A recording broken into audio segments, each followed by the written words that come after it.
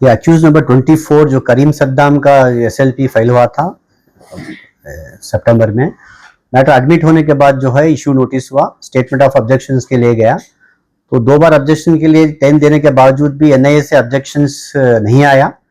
जो सितंबर 7 को जो फाइनल हियरिंग का जो मैटर था, जब भी जो है NIA के वकील जो है फर्दर टाइम मांगने की कोशिश कर रहे थे ऑब्जेक्शंस डालने के लिए, तो फिर हमारा बहस शुरू हुई। तो हमारा मेन जो ग्राउंड यही था कि मोर देन 5 इयर्स तक जो जुडिशियल कस्टडी में है अक्यूज्ड, तो अभी ट्रायल शुरू नहीं हुआ है, और जिस चार्ज जो है फ्रेम रिसेंटली हुआ था, तो वो चीज को जो है कोर्ट ज्यादा कॉग्निजेंस लिया कि इनकासरेशन ऑफ मोर देन 5 इयर्स, उसके बावजूद भी ट्रायल भी शुरू नहीं हुआ है। एक मामला यह है कि सिर्फ एक मॉब का जो एक वायलेंस था, इसमें आप 5 साल तक कैसा जो है इन लोगों को जेल में रख सकते हैं बोल के नेशनल इन्वेस्टिगेशन के एडवोकेट्स को जो है उन्हें फटकार लगाई कोर्ट ने। तो कब इनकी रिहाई मुमकिन है? तो ये ऑर्डर क्या कहता है? ऑर्डर कॉपी है अभी, आज सुबह में मैंने एडवांस किया है केस NIA के कोर्ट में। अब 2:45 या 3 बजे जो है फिर मैटर NIA कोर्ट में आएगा ये, तो फिर सुप्रीम कोर्ट का जजमेंट जो है उनको पेश करके वो श्योरिटी क्या देना है बोल के है ना, वो ऑर्डर कर सकते हैं NIA कोर्ट। क्या श्योरिटी जो है सुप्रीम कोर्ट ने ट्रायल कोर्ट को ही दिया है, तो trial court the satisfaction of the trial court बोल के है, तो उसका मतलब जो है NIA कोर्ट जो है वो तय करेगा श्योरिटी में या तो प्रॉपर्टीज का हो सकता है, फिर जो है NIA के ऊपर है जो इम्पोज करने के लिए। ये केस की पूरी पैरवी जो है किसकी जानिब से की गई, इसमें आपका क्या रोल है और आपके अलावा भी कोई है क्या? तो ये केस जो है करीम सद्दाम का जो फाइल हुआ, तो उसके सब्सिक्वेंटली 1-2 महीने बाद जो है जियाउर रहमान एक अक्यूज नंबर 6 का भी फाइल हुआ, तो वो जो है वो लोग मेरे केस से कनेक्ट करवाए थे, लेकिन जो 7 तारीख को जो पैरवी हुई, जो आर्गुमेंट हुआ, तो मैंने एक रऊफ रहीम जो सीनियर काउंसिल हैं सुप्रीम कोर्ट के, उनको ये मैटर में एंगेज किया, वो मेरे साथ वो भी बहस करके जो है तो उन्होंने ही आर्गुमेंट किया है। तो ये जो जजमेंट आया है सुप्रीम कोर्ट का, बेल दी गई है, क्या ये प्रेसिडेंट हो सकता है दीगर जो 37 या 39 लोग हैं जो एक्यूज्ड हैं इस वायलेंस में, और उसके अलावा 2 या 3 लोगों ने गिल्टी प्लीड किया है, उनका क्या? ये पैरिटी ग्राउंड पर जो है दूसरे अक्यूज केस मांग सकते हैं, तो इसमें ये क्या है, ये है NIA कोर्ट में ये सुप्रीम कोर्ट के साथ जो पैरिटी मांगने के बाद जो है हुबली के दंगे के केस में कोर्ट का एक क्या स्टैंड था बोले तो सेक्शन 43D जो NIA एक्ट है उसके अंदर जो है वो अगर प्राइमा फेसी केस है तो NIA कोर्ट को वो अख्तियार नहीं है बेल देने का। तो ये इसका एडवाइजेबल यही है कि हाई कोर्ट या सुप्रीम कोर्ट में जो है उन लोगों को रिहाई का एक रास्ता खुलेगा।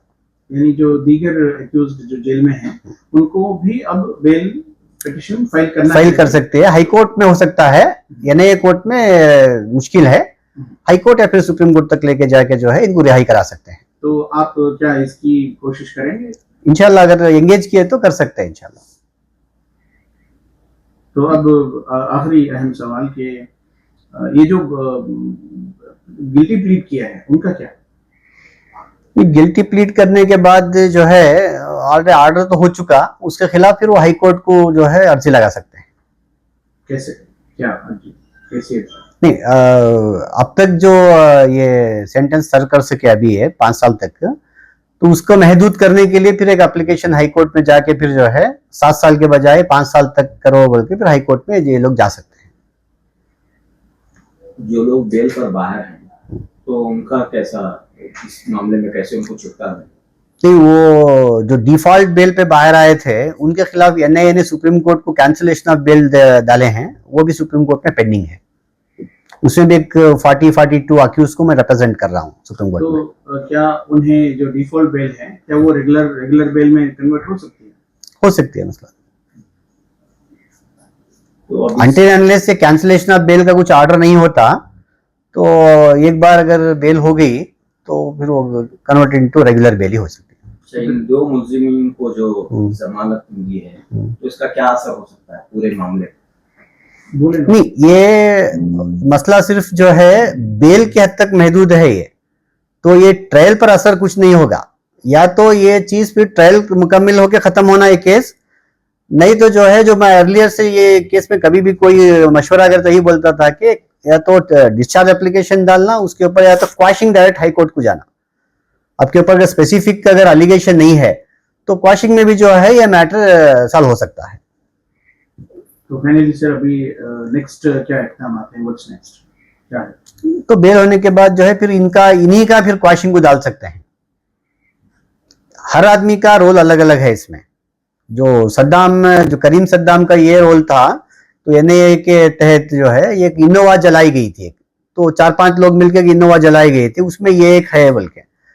तो हमारा एक स्टैंड ये था कि इनोवा, जलती हुई इनोवा के ये बाजू सिर्फ खड़ा था, तो उनके जो फादर बाहर मेडिसिन लाने गए थे, उनको जो है ये रहनुमाई कर रहा था फोन में, तो ये टावर डंपिंग में जो है इसका नाम आ गया था एक्चुअली, तो वो एरिया में था बल्कि, तो वो इसके ऊपर एलिगेशन था कि ये एक्टिवली इन्वॉल्व था। और एक सवाल ये है कि एक एक्यूज्ड के खिलाफ 12-13 एफआईआर हैं या उससे भी ज्यादा एफआईआर हैं, तो उस मामले में कैसे मसला हल हो सकता है?